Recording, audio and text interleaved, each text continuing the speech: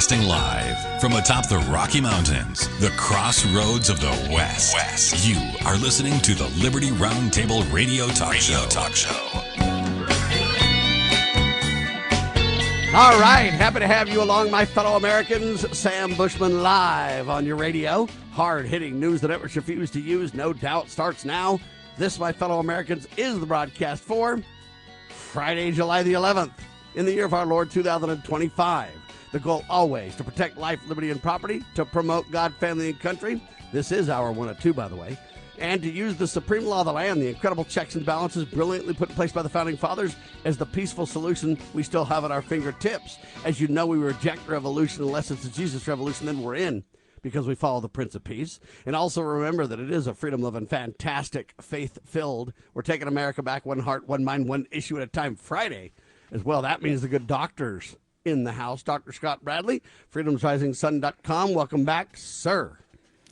Thank you very much. It just seems like the weeks fly by, doesn't it, Sam? I mean, we're just, it's like we hardly, the microphone cools down just a little bit and it's time to start again.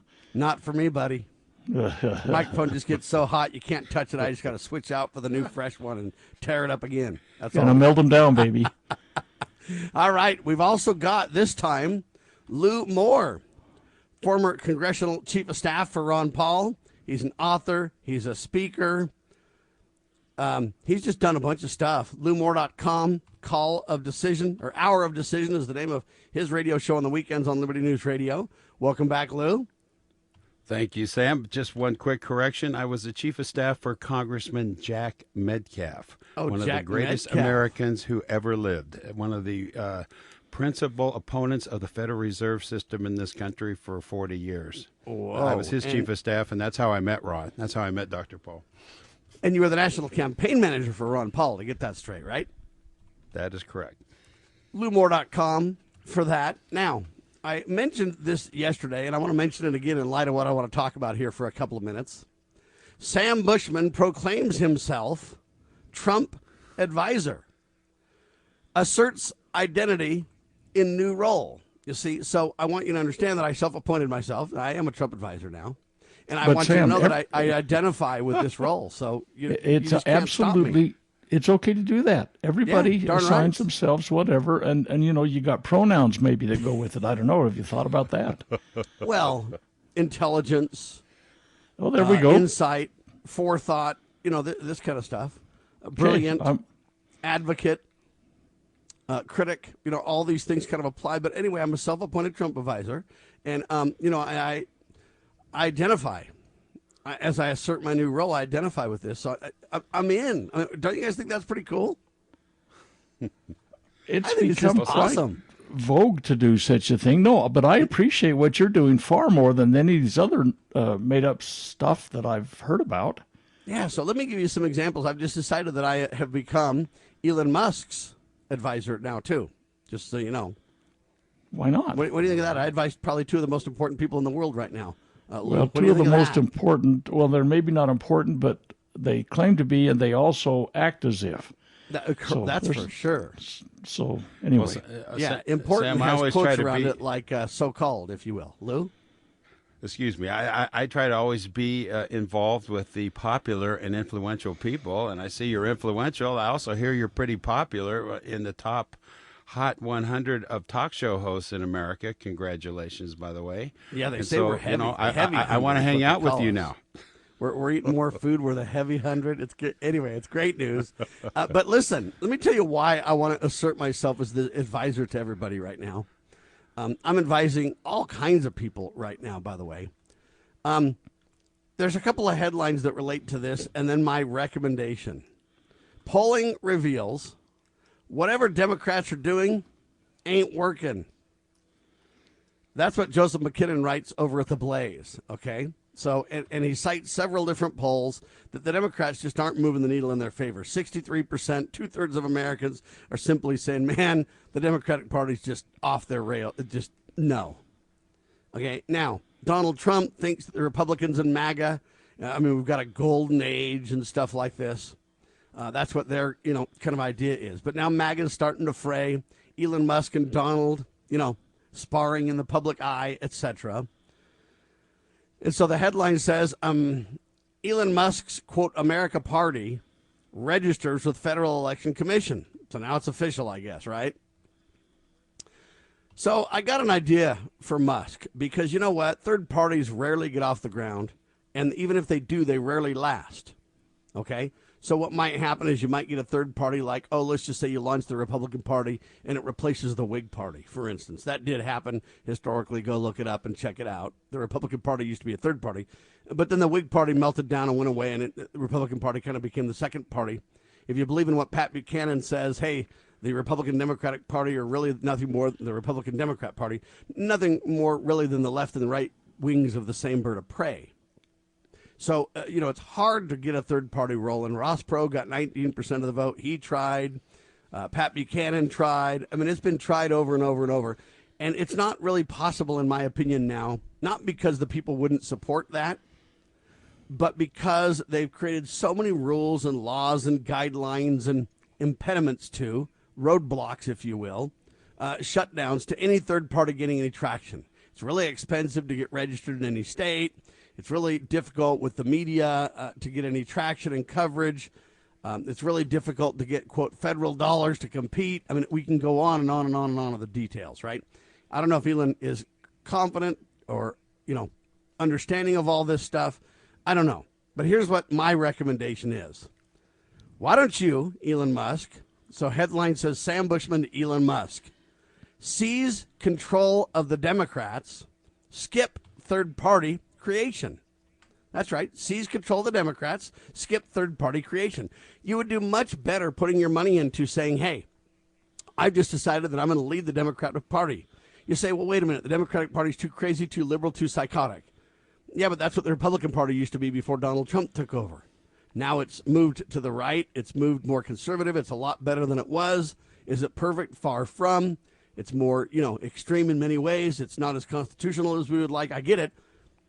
But if Donald Trump can do that kind of stuff to the Republican Party, just think what the kind of money Elon Musk could do to the Democratic Party. He could basically say, I have just decided. Now listen, rewrite the headline here. Sam Bushman proclaims himself, so you could say Elon Musk proclaims himself head of the Democratic Party, asserts identity in new role. See? And then what you would have is, you would have Elon Musk at the head of the Democratic Party. Now, all he's got to do is use all of his big money to run the wackos like AOC, Nancy Pelosi, Maxine Waters, all these whacked out crazy goofball. Run them out of office, buddy. You got the money to do it easy. And you're going to spend your money running these clowns out of office way easier than you're going to get registered in every state, first of all. You're going to, okay, I can keep going on all the details, but I want to turn it over to experts to throw their opinion in. One expert is Lew Moore. I mean, this guy used to be a former chief of staff. He's been a speechwriter. He's a commentator, national campaign manager for Ron Paul. He knows about the third party. He knows how tough it is to be involved in the Republican Party or whatever and try to gain an edge. And, okay, so what do you think of this idea, though? Instead of a third party, just turn the Democratic Party inside out and come back and say, hey, you know what? We're going to get rid of the extreme whacked out. What do they call those? Those women all in Congress together. What are those called? That women group that's all extreme. The squad, I think. Yeah, the squad. Yeah. That's right. Okay, and, target the squad, target all these clowns, get the extreme out of the party, come back and say, hey, I'm the head of this thing, and this is what we're doing, and put big money in. You'd get way, way further, and you'd stop these whacked out, crazy communist, socialist thugs. I mean, I don't dare say it because they'll think it's violent. But I'm saying you'd take the head off the beast, virtually speaking, figuratively, right? What do you think, Lew? Well, I think that's better advice, at least from my perspective and how I look at the world, than the advice Musk is getting from some other folks who have suggested to him not to go forward with this third party, but to fund a major movement for a constitutional convention in the United States. The Convention of the States people are putting on a full court effort to bring Musk into their fold. And that was a story that John Solomon revealed, I think it was yesterday. So I like your idea a whole lot better than that idea. I think the hill would be a little steep to climb right now, though, because the base, these politicians running around that are all whacked out, Sam, are reflective of the base of the Democrat Party, which has but that used to be true for the Republican Party, too, though. You used to have whacked out people, socialist people, at the helm of that, and they hated Donald. Go ahead and skip the break. They hated Donald. They wouldn't even talk to Donald. They were attacking him relentlessly. Didn't matter. He just stood the course, got rid of the worst of them, held on over time. Okay, but you'd spend your money getting rid of the bad guys in the party or now you could try to take over the Libertarian Party if you want to try it the third party way. The problem is, again, the Libertarians, they just can't make enough ground. Nobody can make enough ground in the third party realm to gain any ground. So a lot of the guys are saying, hey, work within the Republican Party and you can get it done. Okay, you can fight with Donald for supremacy of that. Good luck. But why don't you fight for the supremacy of the other wing of the bird of prey, if you will? What do you think, Dr. Bradley? Am I crazy on this? Not that I love the Democrats, but hey, your job would be to get rid of the worst extreme socialist communist bent of everything. That way would be the goal, right? Well, you're assuming that people actually want to make a principles-based solution to anything. And the fact of the matter is, right now, the American psyche is not prepared for the psychos that are being served to them on the menu by the Democrats. I mean, you look at the AOC, the Bernie troop that went out and about. You look at this guy in New York City, and the more that comes out about that, the more people realize that this is not going to be a path. So the Democrats right now are serving a menu that I don't believe is really going to gain traction. It'll be their demise. Now, the concern I have a lot of concerns about Musk, but let me just say about that. Here's an individual that has a ton of money. You might have noticed he's right up there. And I don't believe that he has a sound foundation at all about the Americanist principles of checks and balances. You're right. Sam, look, you're 100% right, but it doesn't matter.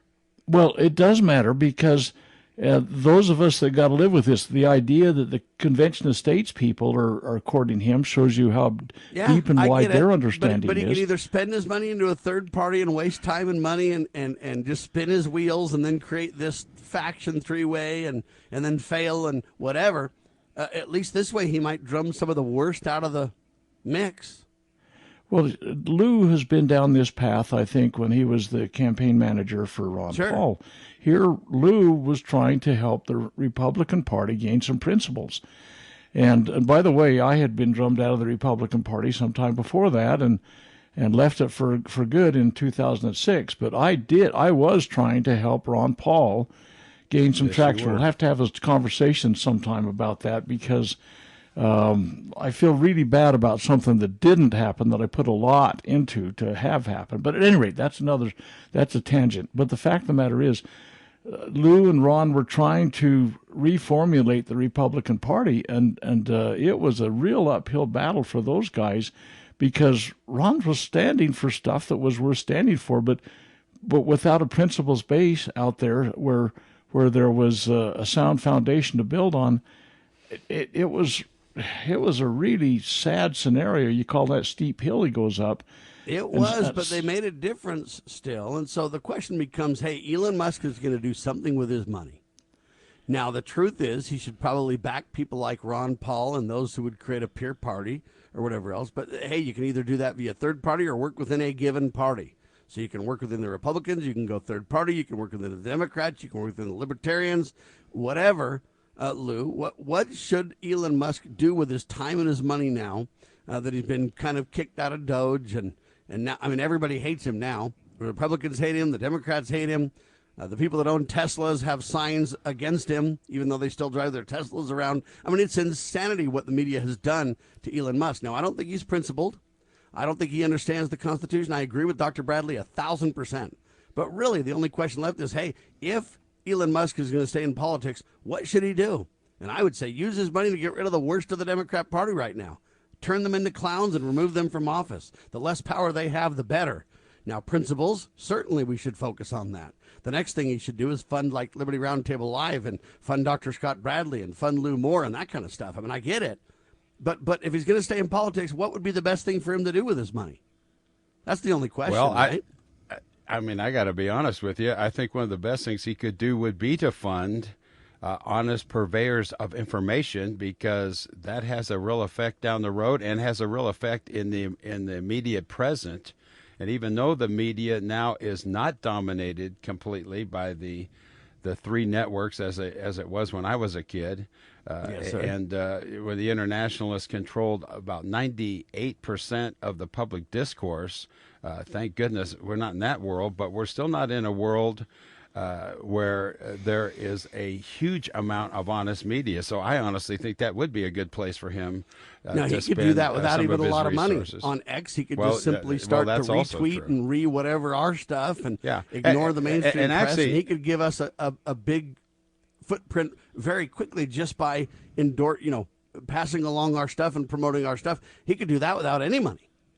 Yeah, and I'm kind of showing my age because he actually has been doing that with X. And, everybody under 40 and certainly under 30, a huge percentage of those people, they get all their information off of social media. It's pretty frightening to me, but they do. I mean, it's been frightening, shown but in it's better than survey. the old school networks, that's for sure. No, totally Dr. Bradley, so. what do you Totally think he should do with his money? I mean, that's really the question. Is people are kind of saying, hey, what should Elon Musk do with his money? And I agree that we need to promote principled people. I just don't think he's the guy to do it. So how do we use him in a way that could be meaningful? And I would say, hey, at least target the worst of them. Get the gang of whatever those women are out of there and get rid of a few of the clowns and take the extreme portion out of the Democratic Party. He knows enough to hopefully at least get that piece done. That was kind of my point. I agree that we need principles, though. But what do you think he should do with his money, Dr. Bradley?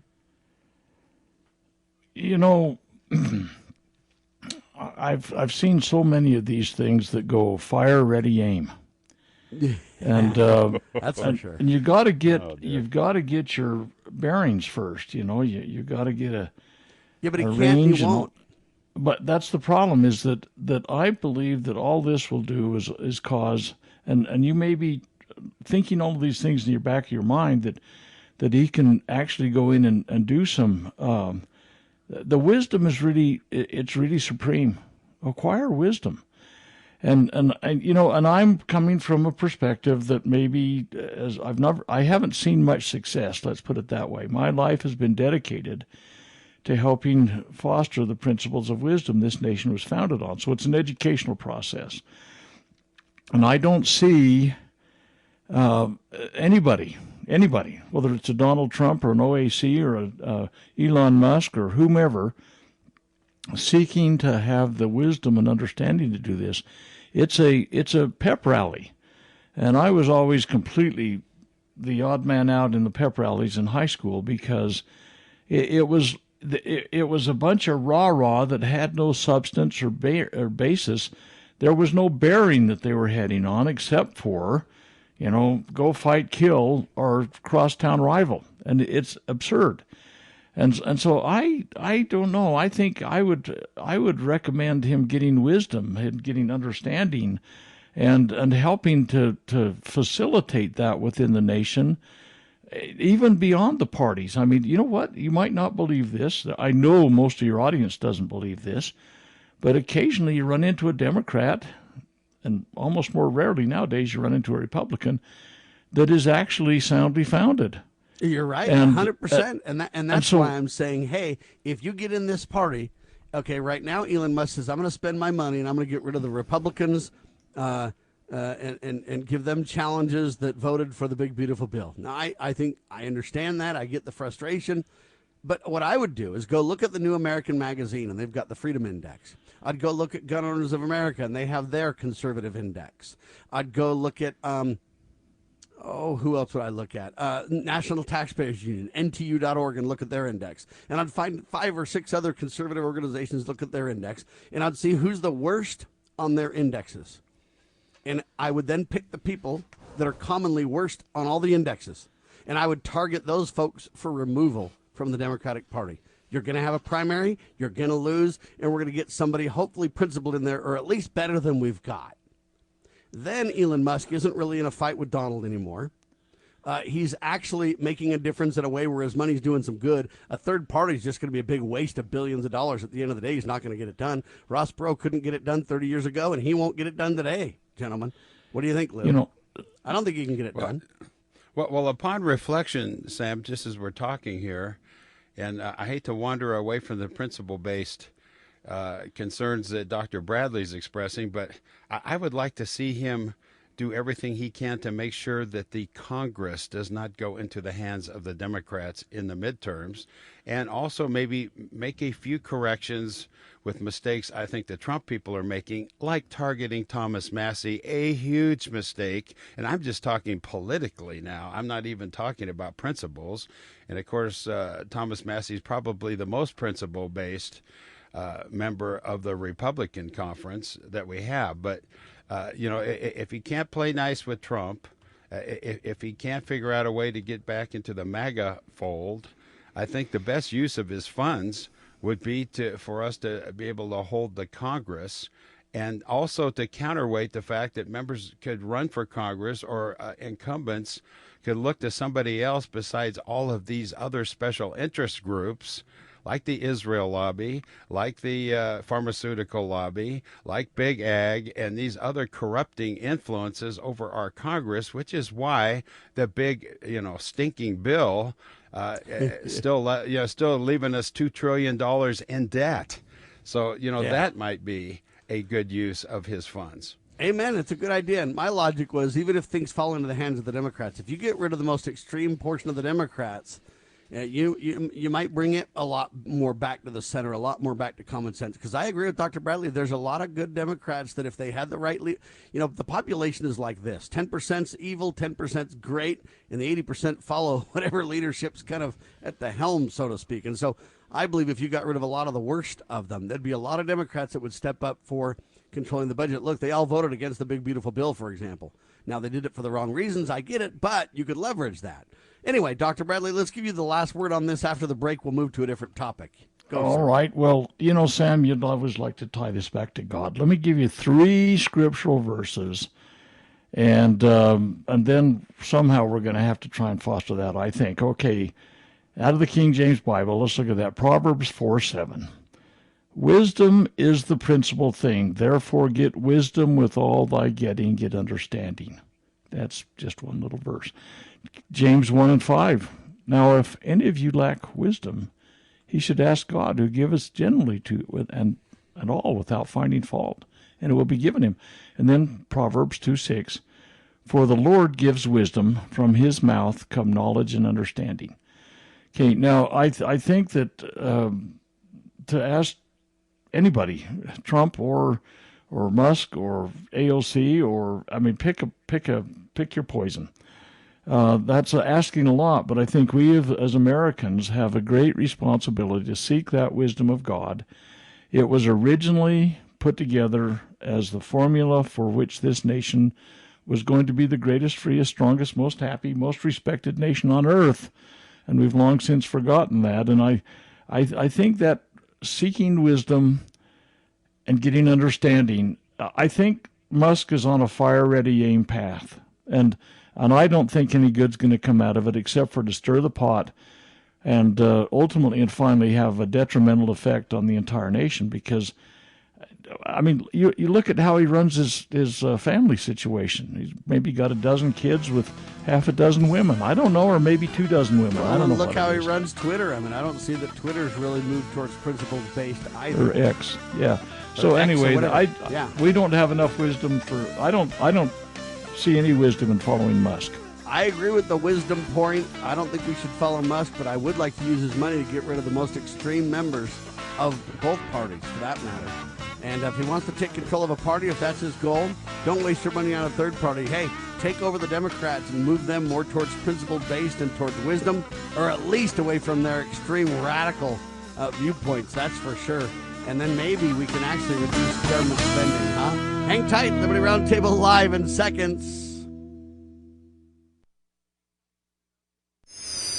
How would you like to help this program reach more people and earn silver at the same time? Call or text 801-669-2211 for complete details.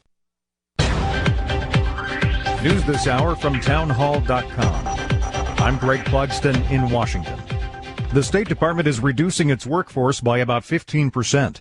It announced today the firing of over 1,300 civil servants and foreign service officers. Secretary of State Marco Rubio. The reduction in force is a consequence of the reorg. It's not a consequence of trying to get rid of people. But if you've closed the Bureau, you don't need those positions. Understand that some of these are positions that are being eliminated, not people. The trade war is heating up again. President Trump has sent a letter to Canada saying he will raise import taxes to 35%. He starts by talking about how there was, of course, tariffs imposed, caused in part by Canada's failure to stop fentanyl drugs pouring into the country, saying then that they were going to be putting a 35% tariff onto Canadian goods, and that if Canada retaliated, they would just match them and raise that again by 35%, basically saying there's no way out of this. The BBC's Katie Silver reporting. Meanwhile, Brazil is vowing retaliatory tariffs against the U.S. if the president follows through on 50% import taxes. Another judge has ruled on the issue of birthright citizenship.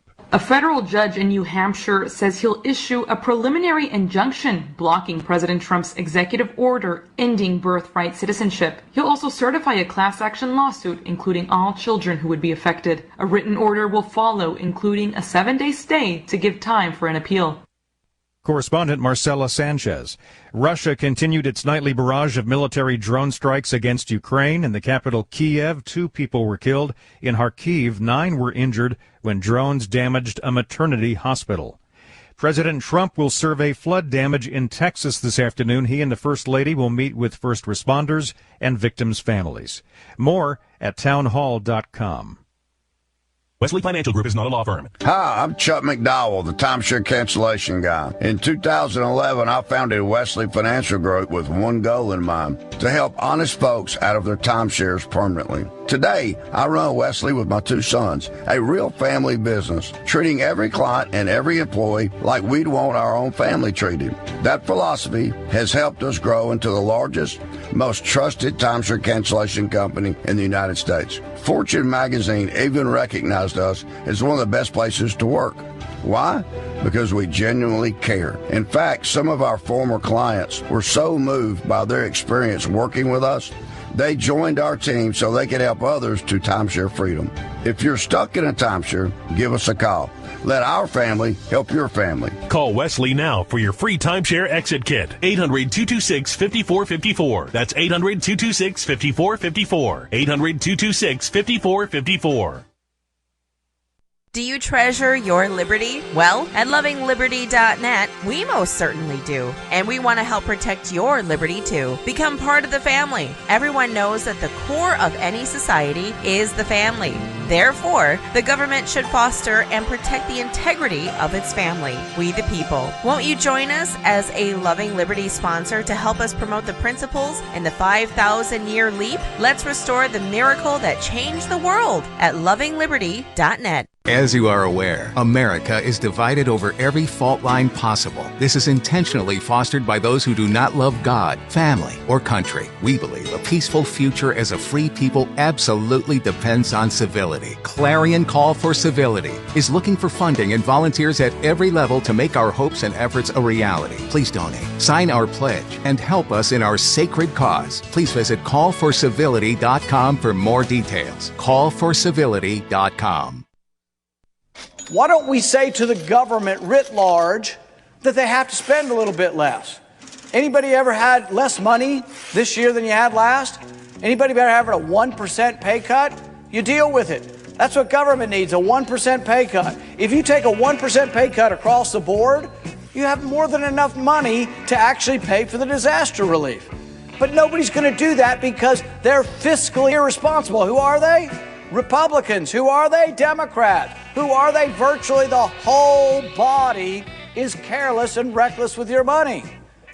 So the money will not be offset by cuts anywhere. The money will be added to the debt, and there will be a day of reckoning. What's the day of reckoning? The day of reckoning may well be the collapse of the stock market. The day of reckoning may be the collapse of the dollar. When it comes, I can't tell you exactly, but I can tell you it has happened repeatedly in history when countries ruin their currency.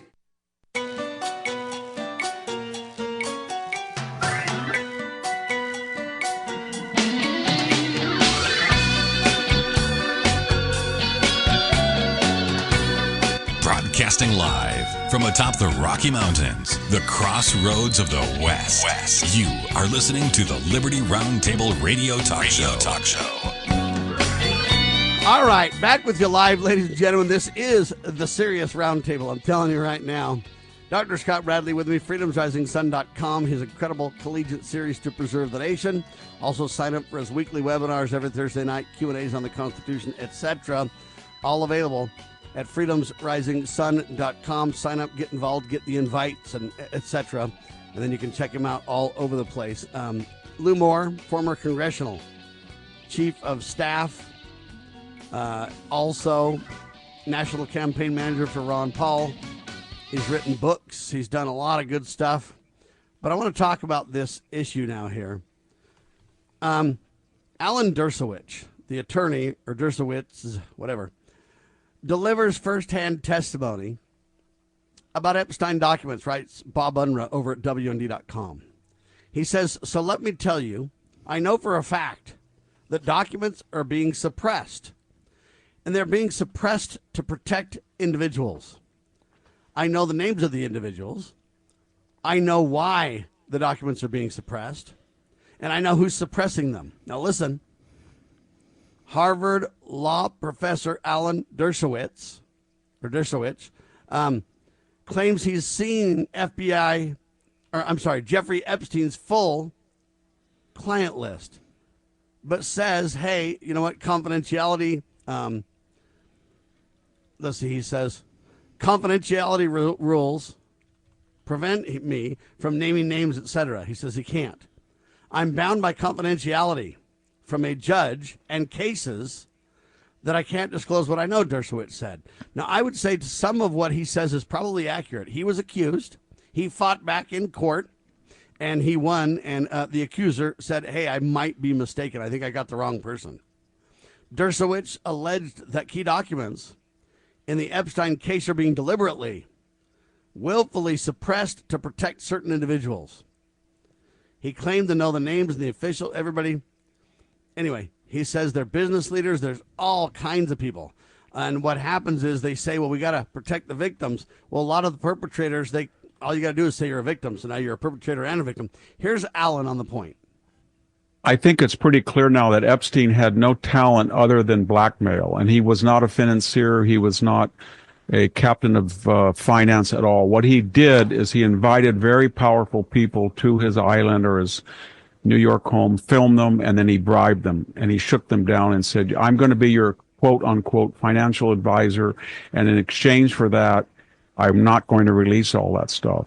And whether, there were some pretty big people. So why isn't it being exposed? Because I think I think there are people in the establishment. I don't know if they partook in his sick things he was doing, but they feel they have some association with him, and they have they gave him money to invest when there was no reason to hire someone like that.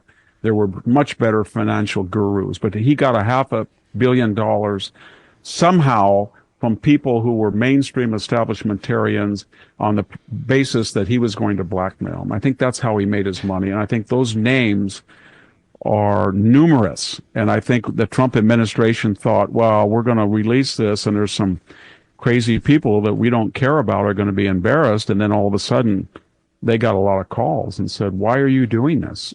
I didn't do this. I went down to the island once. I was on a plane. I didn't touch anybody. And they're saying, and now you're going to release my name and I'll be guilty by, I'm not going to. And I think that's what's happening.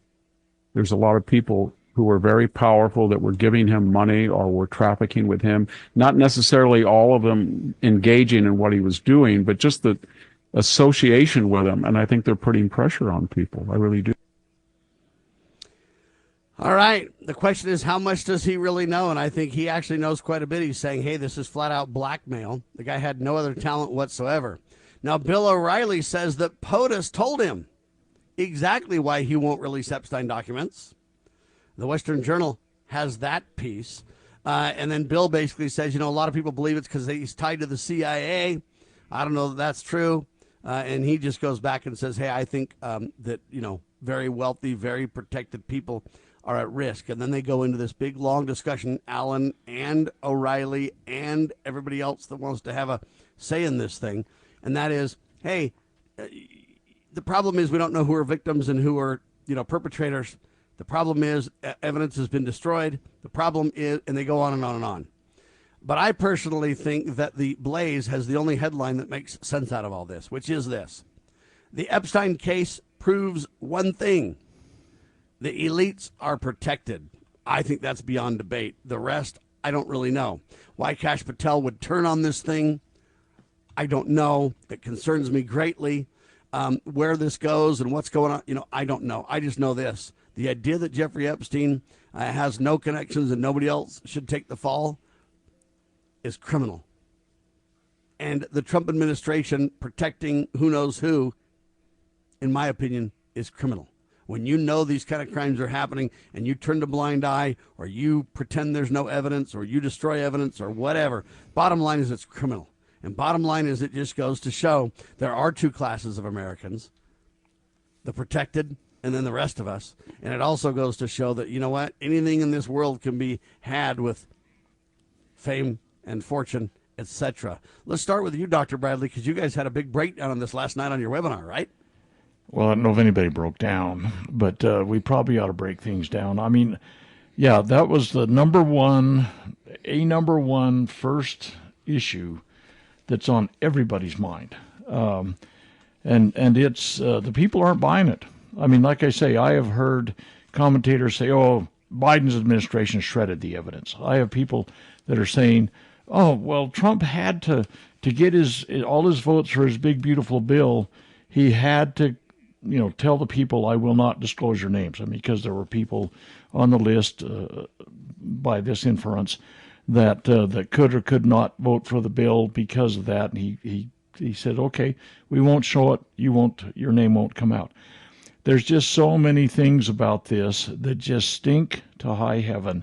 The ideas that are being fostered behind this, there's all sorts of excuses. I think we're so far away from getting the whole truth. I believe there may be state actors involved. Not just our own deep state, but other foreign powers that are involved in this thing. But here's the deal. We have a massive problem with pedophilia. And this nation is probably the most egregiously involved nation in the world per capita. The Biden administration brought in 1/3 minors, unaccompanied minors, and turned them over to people that, they shipped them to strip joints, to vacant lots. I mean, nobody had a DNA test. Nobody got questioned. And so we just had 1/3 potentially little kids that are being sex trafficked in this nation, and the Epstein thing is the tip of the iceberg. I mean, the nonsense that he killed himself, the nonsense that his girlfriend's in jail for 20 years when nobody got trafficked. I mean, according to this, there was nobody trafficked and there were no clients. And so why is she in jail for 20 years? It just stinks. And the Americans, I think, are sick and tired of being lied to about this thing, and I think Trump has a lot of splash on him on this because that was one of his principal issues that he ran on.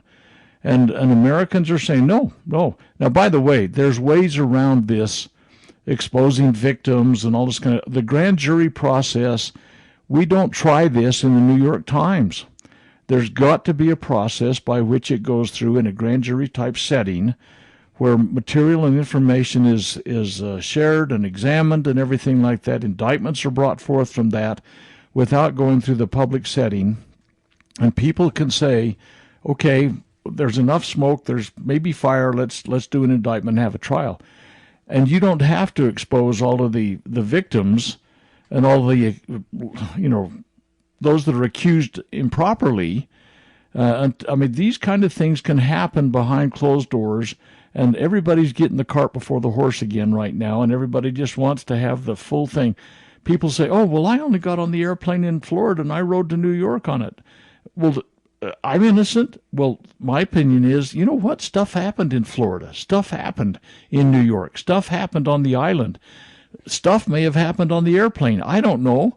But just because you got this little innocent whine behind your voice doesn't mean that you're not in the splash. So well, that kind of stuff needs to be sorted. It's easy to determine credibility for things. There's documents, there's names, there's ties. How involved were certain people? For example, when Bill Clinton claimed he wasn't on Lolita Express plane, then they said, oh, well, I was only on there once or twice, but I had staff with me, so I have evidence and witnesses that I'm okay. Then it turned out he lied, and FOIA requests brought out that he was on it at least 27 or 26 times or something crazy. Okay, that's where you start to dig when people start to lie and play games. Now, what Alan Dershowitz did was say, release all the documents and I'll prove to you that I'm innocent. And it made an accuser recant on the spot. Alan Dershowitz is an example of what you give. Now, I don't know if he's guilty or not, but they've cleared his name on it. So I'm just saying it's easy to behind the scenes really track down reality. Is there video that proves things? Are there documents or text messages or, involvement? Were they really alone together or involved where they claim they were? You can document pretty good and ferret out the truth in most cases on this. I agree the cart's before the horse on this thing. Lou, what do you say? This thing's huge, and I don't think it's going away. I think Trump tried to sweep it under the rug. He did the big, beautiful bill on July the 4th. Then the weekend right after that, he tried to slip that in and hope it would go away. What a disgrace, Lou. Well, it's an obvious cover-up. That's obvious. Uncharacteristically, Trump has done a terrible job in the PR area to try to keep this under the rug. We don't know a ton of things. It appeared at one point that they were going to come forward with a lot of this information. Alina Habba, who is the U.S. attorney now for New Jersey, said, on national television not that long ago that hundreds of people would be held accountable for these crimes against children. We know that Epstein's paramour there, who's in prison, whose father was a Mossad spy master, and the Mossad's fingerprints are all over this situation, and as is the CIA's to some degree. We know he was involved with very horrid sexual activities, and that many of the most well-connected people in the world were involved in it with him. So, this is a terrible situation. But unfortunately, I kind of get into a pragmatic mode with politics. Maybe it's unfortunate. I firmly believe Trump just does not have enough leverage to really bring all these people to justice, and would like to say, oh, he's the president, he can do whatever he wants. That's not how the world works, and he's trying to do 100 other things. He's deconstructing the whole New World Order trade regime that's been built over 100 years. He's trying to deport criminals. I don't know how far he's even going to get with that between the courts and all of the rioters, the pressure from above and the pressure from below. I think they are trying to go after a lot of these deep state actors like Comey, like Brennan, but this is a super heavy lift. We've had 100 years of Fabian socialism. Garrett said it the best, the editor of the Saturday Evening Post in the 1930s.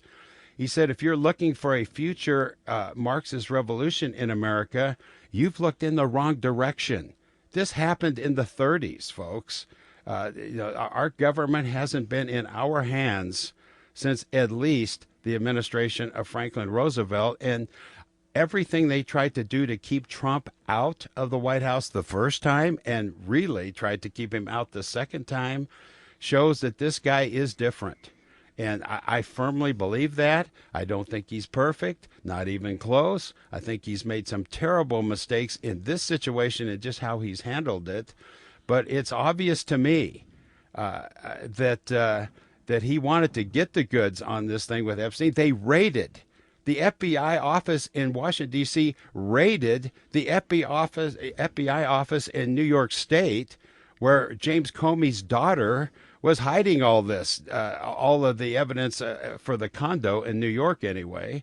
And Trump had them raided to get a hold of a lot of this information. But it's just obvious to me that he doesn't have the political ability, the leverage, to really bring this home and indict all these people and crack the whole deep state wide open, which this would do. Well, I guess what you could do, though, is, hey, don't try to eat the elephant all at one time. Take a bite at a time. Throw a few people in jail first that you've got the goods on and move along. Now, they say the Jeffrey Epstein case is why people believe in Pizzagate. TheWeek.com kind of had that headline from a long time ago, and I find that interesting, too, because there was a lot to Pizzagate. Now, I know they mocked it and pretended there was nothing to it, but, hey, whether it's Pizzagate, whether it's Jeffrey Epstein, those things don't matter. What matters, I think, is the point Dr. Bradley brought up, which is we have a serious pedophilia problem around the world. Dr. Bradley's completely right about that. The United States is leading that effort, and I don't care what you call it, trafficking, border, Epstein, Pizzagate, Bill Clinton, I mean, whatever name you want to put on it, that's the real core problem. And these criminals have enough money and enough, quote, international clout to be above the law, and this is proof.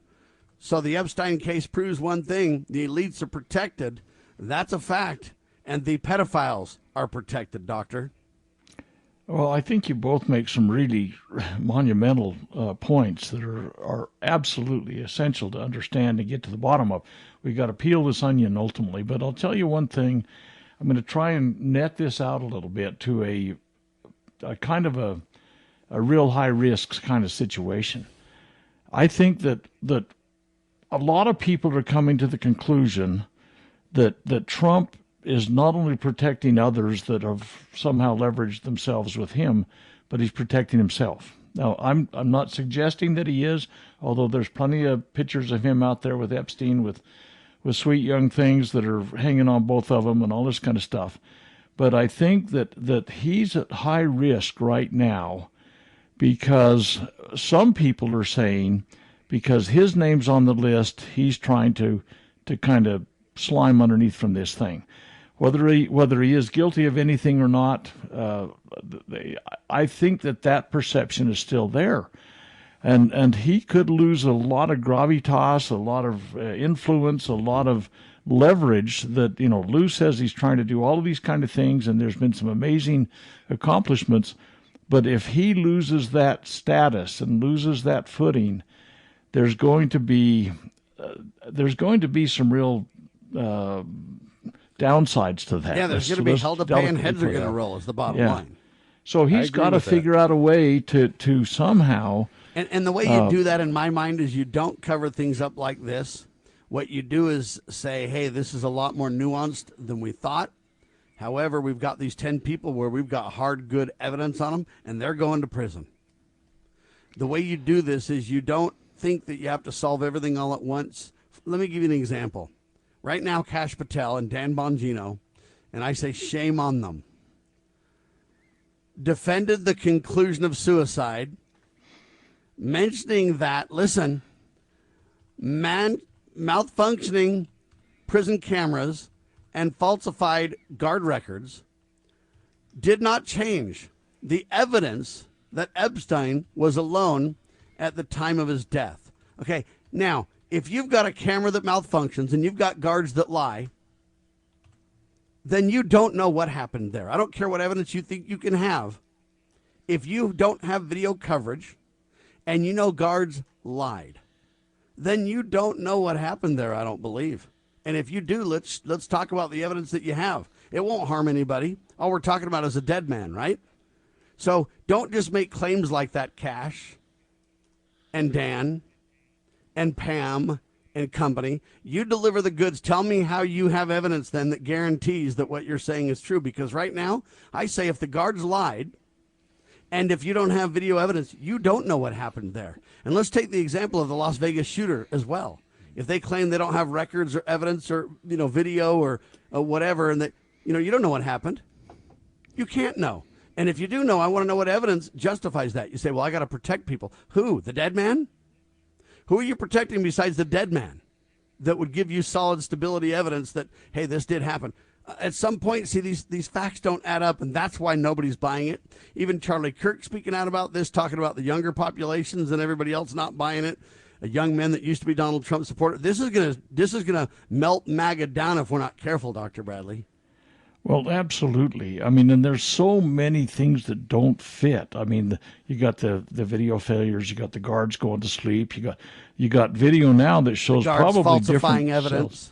Absolutely, but you got this minute bone in Epstein's neck, the hyoid break bone, that people that do postmortems and all sorts of things on suicides and all that. They've never ever, not once in all of these hundreds, in many instances, close to 1,000 of these things that they've done where they've examined it. Never ever has one of those bones been broken when it was a suicide. Somebody else intervened, hands around the neck, whatever, a garrote, whatever it was, and you say, wait a minute, this physical evidence doesn't lie.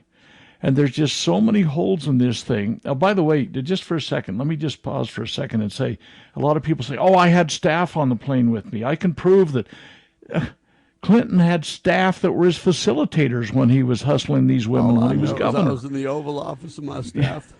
The Secret Service was probably involved. You can't hang your hat on that. It's insane. So that's what I mean. They don't know, and that's why I kind of have a problem with Pam Bondi, making her claims, or Kash Patel making his claims, Dan Bongino or whatever. Oh, yeah, the malfunctioning prison cameras and the fact that the FBI, or the guards lied and falsified records, that doesn't change the fact or the evidence that he was alone. Okay, prove to me he was alone. What proof do you have that he was alone? See, what journalists are asking that, Lew? Yeah, well, Dr. Bradley beat me on the point about the bone in his neck and the fact that the Epstein family engaged this Dr. Bader, who has done over 1,000 autopsies on suicides and hangings. I can't even believe there's a specialty like that out there for people that do autopsies. But he said absolutely that that's not the indication of suicide. It is an indication that there was a garrote or whatever, totally. And so, yeah, but the big issue here really, I think, Sam, I mean, you've got your finger right on it now. And Charlie Kirk, I always go with Charlie Kirk, and I think he's way too establishment at times, but he does have his finger on the pulse of the youth. And the big change that's happened in politics in America is Trump support. You start at age 18 and go up into the senior years. The older people are, the less supportive they are of Trump. His biggest support group is the youth of America right now. But these are the kind of folks that are not going to go for this.